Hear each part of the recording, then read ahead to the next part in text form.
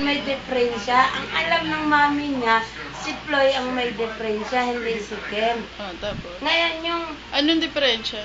hindi, yung may diferensya sa utak. Yung, Kasi halimbawa, magkamukha. kasi hindi siya marunong magsulat eh.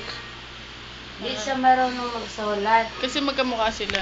As in talaga, isa sila ng mukha. Eh, matamlay kasi si Ploy tingnan. Kaya ang inisip ng mami niya, si Ploy ang may sakit.